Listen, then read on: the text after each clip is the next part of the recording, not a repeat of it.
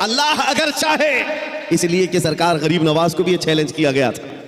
आपको एक पुजारी ने कहा था, वो आग जलाए बैठा था, गरीब नवाज ने कहा कि ज़रा इसमें हाथ डाल दो, जिसकी इबादत करते हो ये तो तुम्हारा खुदा है।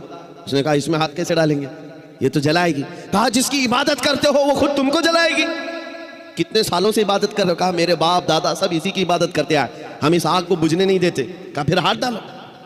उस पुजारी ने कहा कैसी बेवकूफ़ी की बातें हैं, आग का काम है जलाना, ये मंतिक के साथ हमारे साथ खेल ना करो, हमें गुमराह ना करो, क्या तुम डाल सकते हो?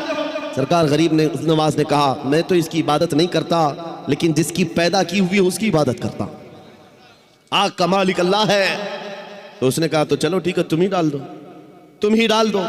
सरकार गरीब नवाज ने हाथ नहीं डाला। बहुत बड़ी आग लगी हुई थी, बड़ी आग है जिसकी पूजा हो रही थी। उस पंडित की गोद में एक छोटा सा बच्चा था, साल भर का, 1.5 साल का। उसकी गोद से बच्चे को ले लिया और आग में चले गए, अंदर चले गए। अब ये चीख पुकार करने लगा कि ये दुर्वेश आया, खुद भी जल गया, मेरे बच्चे को भी ले गया। और इतना हल्ला किया कि अंदर से वो नजर नहीं आ रहे थे।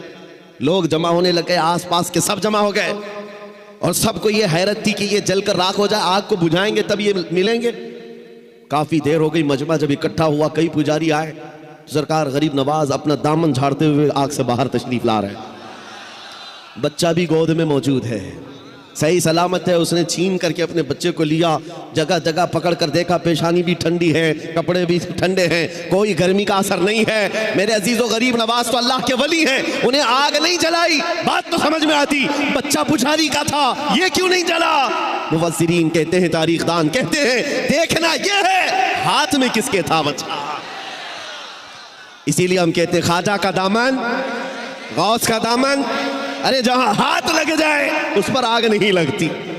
मैं आपसे ये बात कर रहा हूं, हमसे भी कहा गया था ये कैसी बातें हैं, बड़े बड़े दावे हैं। हमने यही कहा हमारा दावा नहीं है, ये रसूलुल्लाह की इज्जत की बात है, ये नबी पाक की हुर्मत की बात है।